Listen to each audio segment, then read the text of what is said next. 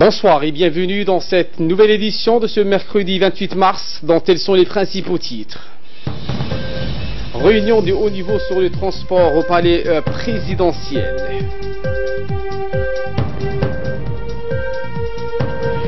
En Éthiopie, le chef de l'État a félicité le nouveau président de la coalition des partis politiques au pouvoir, EPRDF, en Éthiopie.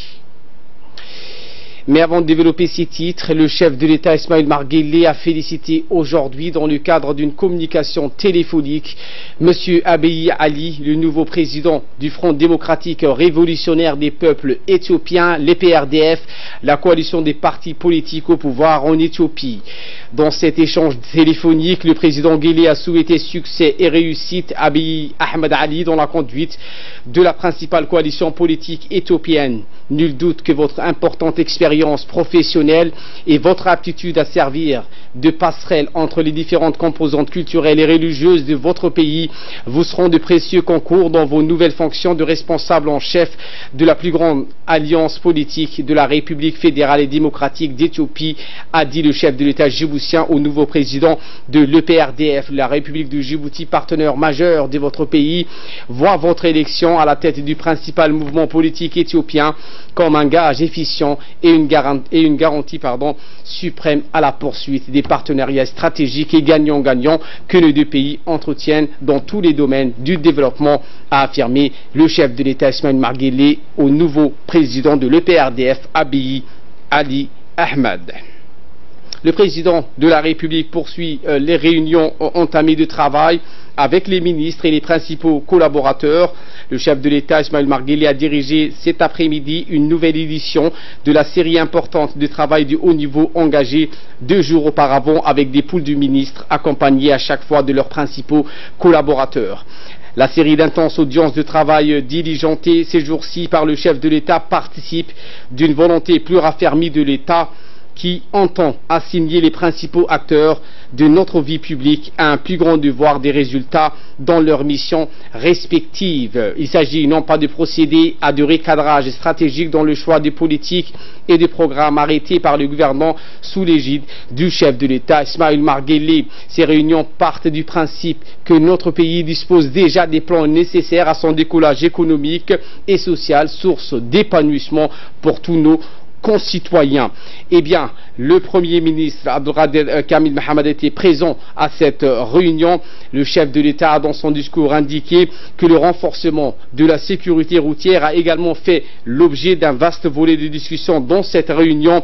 Il a indiqué l'application plus rigide des sanctions, notamment de retrait de permis à l'encontre des professionnels de transport urbain mettant en danger la vie de nos concitoyens ne serait plus tolérable, a indiqué le président Guelleh, que je vous propose de le suivre.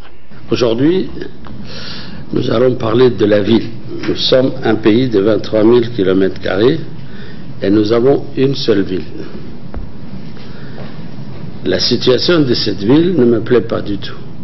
Vous êtes les parties prenantes pour l'amélioration des conditions de vie, de l'hygiène, de la salubrité,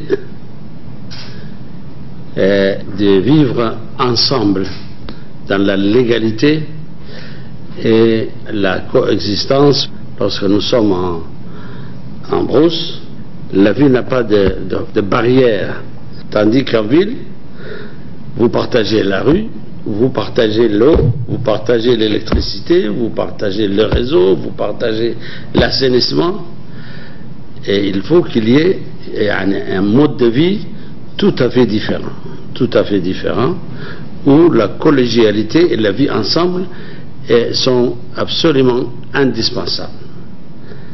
Nous avons vu à Djibouti que dans la ville, on assiste à des routes qui se répétissent. Il n'y a plus d'espace pour faire passer une voiture, pas d'espace pour faire passer les pompiers lorsqu'il y a un incendie, pas de secours s'il y a des gens qui sont en train de mourir, n'est-ce pas? Mais ça ne peut pas coller, ça. Et je vous ai délégué un certain nombre de missions qui vous appartiennent, et si vous ne vous concertez pas, vous ne pourrez pas assumer vos responsabilités. C'est pour cela que je prends ces derniers jours la liberté d'aller toucher les responsables et non pas les politiques seulement. C'est pour cela que je veux entendre comment vous travaillez ensemble. Est-ce qu'il y a des choses qui vous empêchent de faire votre boulot? Est-ce qu'il y a des contraintes? Est-ce qu'il y a la volonté pour chacun d'entre vous surtout de vouloir s'acquitter de sa mission avec dignité et responsabilité? Aujourd'hui, c'est le transport urbain. Et le sujet principal, transport urbain, veut dire circulation, veut dire parking, veut dire la desserte de la ville, veut dire la sauvegarde des installations publiques, les feux rouges, que ce soit les places publiques, n'est-ce pas, et permettre à chaque résident de la ville de Djibouti de pouvoir avoir toutes les demi-heures un bus. Et dans l'ensemble de la ville, et non pas seulement un seul circuit. Le Premier ministre Abdelkader Kamil Mohamed a expliqué dans ses propos que ces réunions ont valeur d'assises cruciales et de séances d'interrogation en profondeur. Aujourd'hui, nous avons parlé des transports urbains qui posent des problèmes encore pour Djibouti-Ville. Pose des problèmes parce que la population se plaint de plus en plus qu'il n'y a pas assez de bus. Nous allons réorganiser le circuit et le transport urbain entièrement en plaçant des abris bus et puis obliger les bus à prendre tel ou tel itinéraire. Nous avons aussi continué les réunions d'hier sur les gens qui rétrécissent les voies, parce qu'ils s'installent sur le trottoir, où ils laissent des véhicules près des trottoirs, et ça rétrécit la voie et ça peut provoquer aussi des accidents. À cela, le président nous a donné, disons,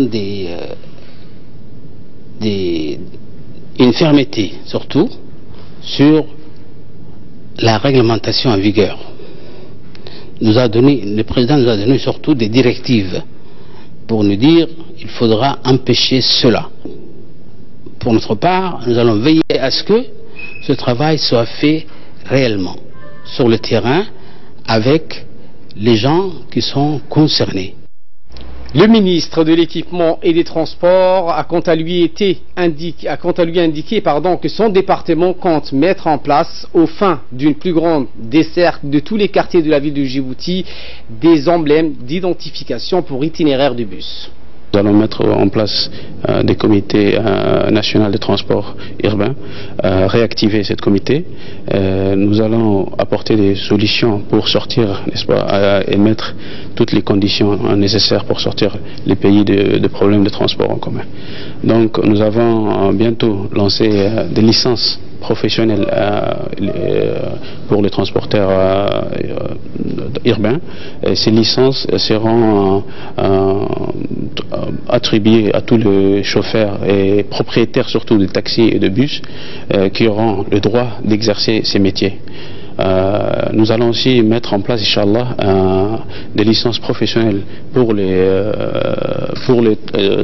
chauffeurs de taxi ou de bus.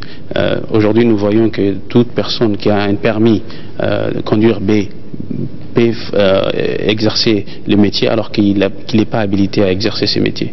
Donc voilà les solutions apportées. Et nous allons aussi mettre en place des circuits de bus et de taxi, réaménager, comment voir tous ces circuits, mettre en place tous ces circuits et des couleurs pour chaque circuit. Donc les chauffeurs n'auront plus, ou les propriétaires de taxis n'auront plus le droit de dire voilà, je vais emprunter ces circuits parce qu'il y a plus de rentabilité, tel que nous le voyons aujourd'hui. Donc nous allons sortir de cette anarchie, nous allons mettre, Inch'Allah, toutes les conditions et pour que le chauffeur puisse exercer librement dans ce domaine-là. D'autres points qui a été discuté aussi, et nous avons demandé l'assistance de la police, qui est les bras armés qui peuvent contrôler le chauffeur ainsi que les professionnels de ces métiers. La police va faire son travail, ils vont nous assister et nous sommes confiants que d'ici quelques mois, tout sera, Inch'Allah, finalisé. Tous les dossiers que le président nous a demandés seront finalisés.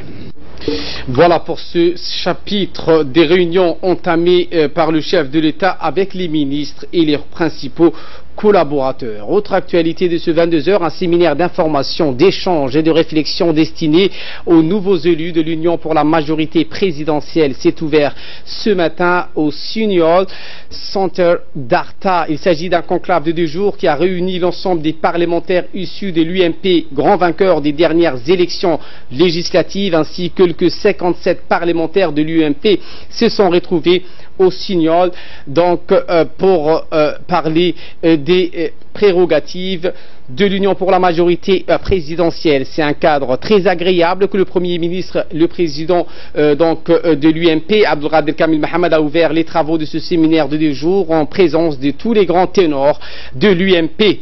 Le président de l'UMP a souligné à l'endroit des nouveaux élus que ce séminaire leur permettra de se familiariser avec les normes et procédures parlementaires ainsi que les différents aspects des missions qui sont désormais le leur durant, donc qui leur sont mandatés. Il leur a demandé de profiter de ces 2 jours de séminaire, de créer un esprit de travail et de mettre en place une coordination dans l'atteinte toujours des objectifs assignés par le chef de l'État, Ismaël Marguerite. C'est tout d'abord le préfet d'Arta, Abdellah Oukié, qui a souhaité la bienvenue à l'ensemble de la famille de l'UMP. Il a indiqué que c'était un honneur et un privilège pour la région que d'accueillir ce séminaire, le premier du genre organisé par l'UMP en l'honneur des nouveaux élus. Les élections législatives ont été remportées haut la main par la coalition UMP, a-t-il indiqué. Une victoire du président de la République et des femmes djiboutiennes. Le préfet a également félicité les femmes parlementaires qui ont fait leur entrée au Parlement suite à l'initiative du président de la République qui accorde une place importante à la femme dans les développements socio-économiques. Prenant la parole durant ce forum d'information pour les honorables parlementaires, le président de l'Assemblée nationale, Mohamed Ali Hamad, a félicité et remercié les initiateurs de ce forum. Ce genre d'initiative destinée à renforcer les capacités des parlementaires de l'IMP démontre sans aucun doute toute l'importance accordée par nos militants aux responsabilités de leurs mandataires et par conséquent permettre d'accélérer la performance des élus dans l'accomplissement de leur mission.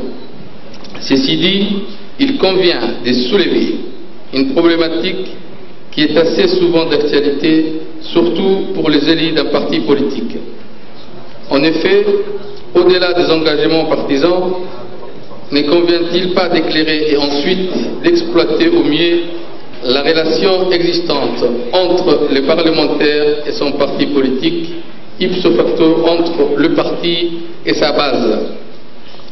En effet, les partis politiques unifiés dans une coalition comme la nôtre ont toujours joué un rôle d'intermédiaire indispensable entre les citoyens et l'État. Mesdames et messieurs, vous conviendrez avec moi, l'un des critères essentiels de la notoriété d'un parti reste son efficacité politique, mais surtout sa capacité à peser sur les décisions des différents pouvoirs de l'État. Mais cette capacité dépend indiscutablement de l'adhésion des parlementaires à la ligne du parti, autrement dit à sa discipline et sa feuille de route, et c'est sous l'autorité du président du groupe au sein de l'hémicycle.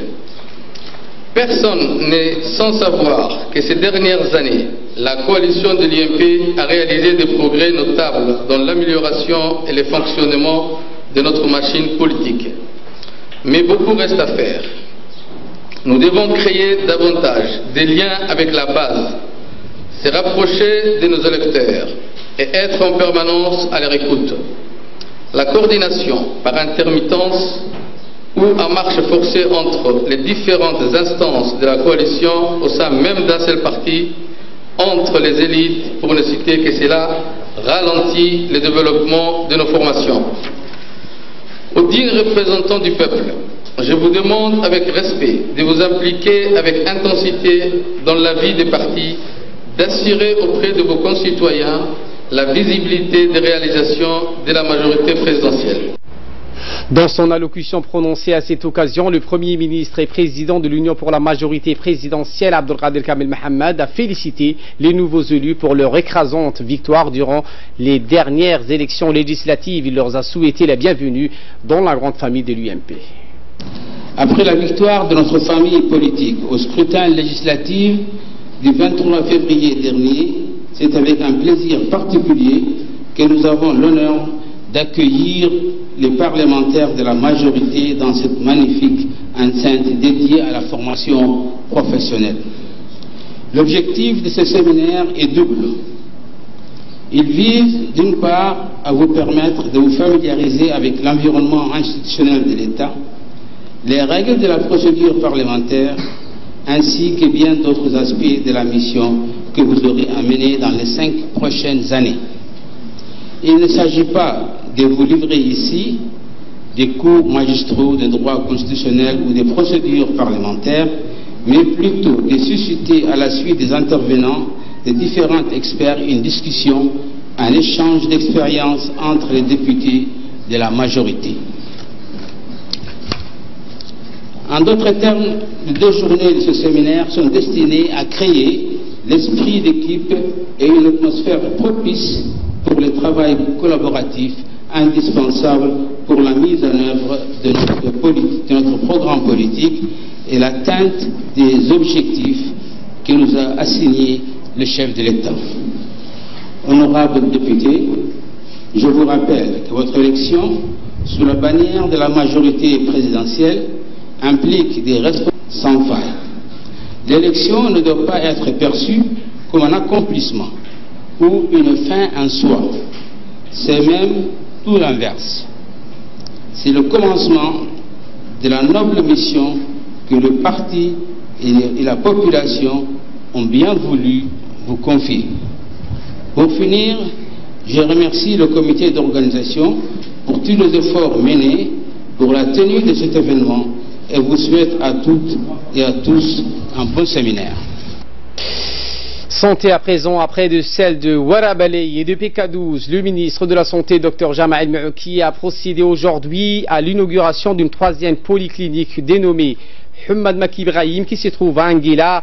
Les habitants d'Anguilla et du quartier 4 et des autres quartiers environnants sont afflués en grand nombre vers le site pour réserver un accueil chaleureux au ministre de la Santé et la délégation qui l'accompagne. En effet, plusieurs troupes folkloriques ont égayé la cérémonie par des danses et des chants traditionnels dans une ambiance jouissive, et de la jeunesse locale était venue en grand pompe pour animer et exécuter des chants et des danses traditionnelles à cette cérémonie, dans une ambiance de festin et de joie. Le ministre de la Santé a été accompagné par la ministre des Affaires sociales et le ministre des Affaires étrangères et de la coopération internationale, également porte-parole du gouvernement Mahmoud Ali Youssouf, et de la secrétaire d'État aux Affaires sociales Mouna Ousmane Adan, du maire de la ville de Djibouti Fatouma Awale, et du président de la commune de Boulaous Mohamed Ismail Omar. À leur arrivée, le ministre de la Santé et sa délégation ont été accueillis chaleureusement sous les applaudissements et les acclamations d'une population totalement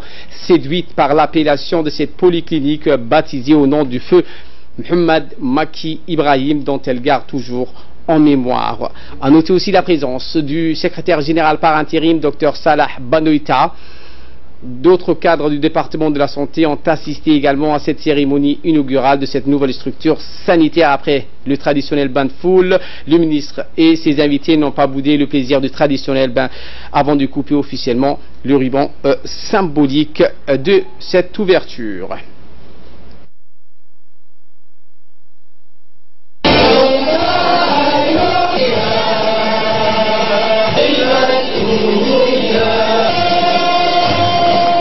C'est pour moi un immense plaisir d'être parmi vous aujourd'hui pour inaugurer la polyclinique Mohamed Makki Ibrahim. Et au nom de toute la famille, je voudrais vous adresser mes vifs remerciements à l'endroit du ministre de la Santé, Dr Jama El-Maouki, et aussi à l'ensemble de la grande famille de la santé pour avoir ainsi honoré la mémoire de mon père. Et c'est tout un symbole, c'est le plus bel exemple de considération qui soit pour la reconnaissance et pour le témoignage collectif de la consécration de l'héritage de mon père pour le ministère de la Santé. Les chefs de quartier de différents quartiers ont pris la parole pour souhaiter donc au nom de la population récipiendaire la bienvenue au ministre de la Santé, Dr Jamal Maouki, et à sa délégation. Ces femmes leaders ont exprimé leur satisfaction collective face au dévouement constant de la part du ministre de la Santé qui, avec l'avènement des polycliniques, vient de franchir une étape nouvelle et cruciale dans la mise en œuvre de la politique de réforme du système sanitaire. Dans son intervention, le président de la commune de Boulaous, Mohamed Ismail, a d'emblée félicité le ministre de la Santé donc, pour son engagement et pour son effort continu dans l'amélioration du bien-être de la santé de la population djiboutienne. Quant au maire de la ville, Fatouma Awale, elle a salué la jeunesse de cet important projet socio-sanitaire qui relève d'une fois de plus la qualité des soins dans nos structures de santé. Elle a exhorté la population à préserver ce bien commun. Pour sa part, le ministre des Affaires étrangères de la coopération internationale, Mahmoud Ali Youssouf, a salué les efforts consentis par le ministère de la Santé pour développer et moderniser le système de santé national. Le chef de la diplomatie djiboutienne a ajouté qu'ayant lui-même grandi à Anguilla, il était particulièrement heureux par la mise en place de cette polyclinique qui va améliorer considérablement la qualité de l'offre de soins et par-delà le bien-être des riverains. Le ministre de la Santé a d'emblée donc énoncé les objectifs visés par son département dans la mise en œuvre des projets de polyclinique qui va transformer structurellement le système de santé national vers une plus grande accessibilité et une meilleure prise en charge des soins de santé de nos communes. Enfin, le ministre de la Santé a brièvement rappelé le parcours professionnel exceptionnel de feu Mohamed Makki Ibrahim. Le président de la République, son Excellence M. Ismail Omar Guelleh, lors de ma nomination à la tête du département de la santé, m'avait confié une tâche très importante et parmi les objectifs figurait la transformation de tous les centres en polyclinique. Je voudrais en 2 mots vous expliquer la différence d'un centre et d'un polyclinique. Un centre étant une structure où il y a peut-être un médecin et 2 infirmiers, pas plus. Et un polyclinique étant une structure qui n'est pas de 3e niveau, qui est au 2e niveau, ayant plusieurs services, c'est-à-dire des services de spécialité et des services généraux. Parmi les services de spécialité, il y a le service d'ophtalmologie, le service d'oréal, le service dentaire, il y aura aussi la radio, il y aura l'échographie, la maternité, une urgence 24 heures sur 24 ouvert et un laboratoire dans lequel vous pouvez faire toutes vos analyses. J'ai bien dit tout, plus de 50 analyses se feront sur place. Il y aura aussi une pharmacie, mais le plus important étant un personnel qualifié, que ce soit sage-femme, laboratoire, matrone, infirmier, médecin, et aussi nous voulons que des médecins spécialistes puissent venir pour faire des consultations spécialisées ici sur place. Et cela découle de la vision éclairée du président de la République et les instructions de la première dame, surtout pour la question de la maternité. Je n'oublierai pas de vous expliquer la signification ou qu'est-ce que représente pour la santé le nom que nous avons donné à ces polycliniques. Mohamed Makki Ibrahim. C'était un monsieur emblématique, un monsieur avec plein de charisme. C'est un modèle pour toute personne professionnelle du ministère de la Santé, mais aussi un modèle pour toute autre population. C'est un homme qui représente beaucoup pour le ministère de la Santé. Il a passé par la structure d'Anguilla dans laquelle il a servi une grande partie de sa vie et nous avons voulu l'honorer pour que son nom perdure. Et la famille du dauphin Mohamed Makki Ibrahim doivent être non seulement fiers, mais doit savoir que la famille du ministère de la Santé se souviendra toujours et sera toujours heureux de pouvoir prononcer son nom à chaque instant où ce polyclinique sera mentionné.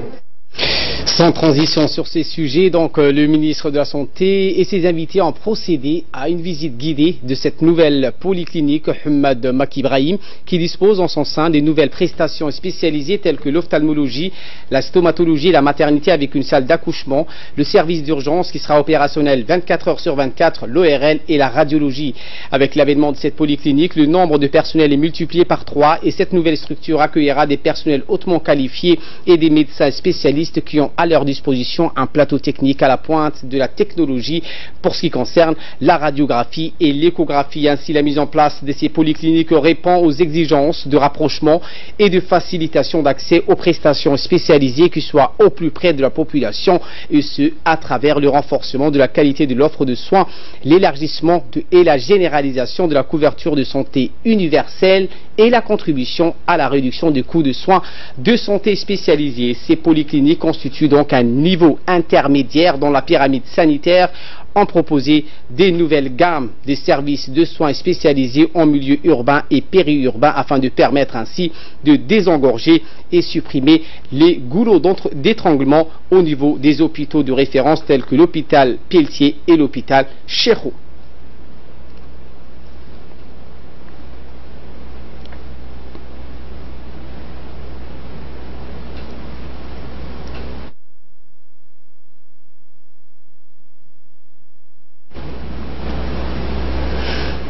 En bref et en image avec cette réception du ministre de l'Éducation nationale qui a reçu ce matin dans son cabinet la représentante de l'UNICEF, Madame Janabou Mayonde. Le ministre entouré de ses proches collaborateurs a eu des discussions fructueuses et de partenariat avec la représentante de l'UNICEF à Djibouti, Janabou Mayonde. Les discussions ont porté sur un nouveau programme de partenariat entre l'UNICEF et le MENFOP dans les 5 années à venir, mais aussi le renforcement de la coordination avec le groupe de partenaires locaux de l'éducation. Le ministre de l'Éducation, Moustapha Mahmad, a profité de cette occasion pour saluer le très bon partenariat entre le MENFOP et l'UNICEF. Cette conférence sur la sécurité et la sûreté ferroviaire qui a été ouverte ce matin au Palais du Peuple par le ministre de l'Équipement et des Transports. Le ministre donc a d'emblée félicité les organisateurs pour la pertinence des thématiques de la conférence qui coïncident avec les besoins. Cette conférence a été conjointement dirigée par le directeur général de la société djiboutienne de chemin de fer, M. Mahmoud Roble Dabbar. Le représentant de l'Union internationale de chemin de fer Afrique a pris part également à l'ouverture de cette cérémonie. La conférence a aussi vu la participation des membres du gouvernement, à savoir le ministre de l'Éducation nationale et de la formation professionnelle, le ministre de l'Énergie et des Ressources naturelles, Younis Ali Guedi. L'organisation de cette conférence internationale est le fruit d'une coopération entre plusieurs institutions ferroviaires et en particulier la SDCF et l'Union internationale des chemins de fer région d'Afrique. Soit le verso de cette manifestation ferroviaire à caractère continental et régional et qui est d'une importance capitale pour débattre ensemble autour de thématiques allant dans le sens de rehausser davantage l'efficacité du mode ferroviaire et pour qu'il puisse jouer pleinement le rôle qui lui revient dans le développement socio-économique de nos pays. Le directeur général de la société djiboutienne de chemin de fer, Mahmoud Roble Dabbar, a indiqué que cette conférence contribuera donc à l'émergence d'une nouvelle culture de sécurité et de sûreté au grand bénéfice du transport ferroviaire. L'organisation de cette conférence internationale est le fruit d'une coopération entre plusieurs institutions ferroviaires, et en particulier la Société djiboutienne des chemins de fer, l'Union internationale des chemins de fer, l'Union internationale des chemins de fer région Afrique. Elle intervient à 3 mois de la mise en service de la nouvelle ligne ferroviaire Djibouti-Addis Abeba. Par la construction de cette nouvelle ligne, de cette nouvelle infrastructure moderne et électrifiée, sous le leadership de 2 dirigeants politiques, Djibouti et l'Éthiopie ont réalisé un axe stratégique sur la politique de revitalisation du rail, celui de moderniser, développer et interconnecter les réseaux ferroviaires africains. Aujourd'hui, le monde ferroviaire s'est donné rendez-vous ici à Djibouti pour parler de la sécurité et sûreté ferroviaire. Un chemin de fer constitue un outil stratégique des grandes capacités de transport des biens et des personnes. La problématique de la sécurité des trains est au cœur de la volonté politique des gouvernements et des institutions ferroviaires. La sécurité et la sûreté des trains, c'est l'affaire de tous, comme on le dit. Pour le plan institutionnel, le gouvernement de Djibouti a mis en place une loi sur la sécurité ferroviaire. Des projets de décrets viendront sous peu compléter ces dispositifs juridiques. Nous continuerons à maintenir et à améliorer les programmes d'information et de sensibilisation en impliquant toutes les parties prenantes.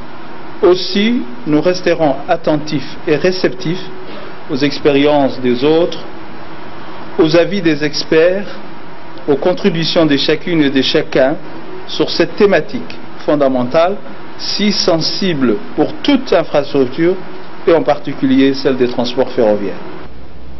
Écoutons à présent le mot prononcé à cette occasion par le ministre des Transports, Mohamed Abdelkader Moussa Helem. C'est un plaisir pour moi de prendre part à cette cérémonie d'ouverture. Je mesure l'intérêt et l'importance de la conférence qui s'ouvre ce matin. Les thèmes abordés et les secteurs concernés sont au cœur de la politique du président de la République, son Excellence M. Ismaël Omar Guelleh. Promouvoir le moyen de garantir la sécurité et la sûreté du réseau ferré djibouti-éthiopien s'inscrit à l'évidence dans cette perspective. Les rôles des infrastructures en général et du chemin de fer en particulier dans la politique de développement économique de la République de Djibouti donnent à cette conférence une dimension hautement et stratégique. La prééminence du chemin de fer dans le développement économique de Djibouti est un fait historique établi. La fondation de Djibouti et son essor vont de pair avec la construction du port et du chemin de fer. Mesdames et messieurs, les travaux de chemin de fer reliant le port de Djibouti à l'Éthiopie ont été débutés dès le mois d'octobre 1897.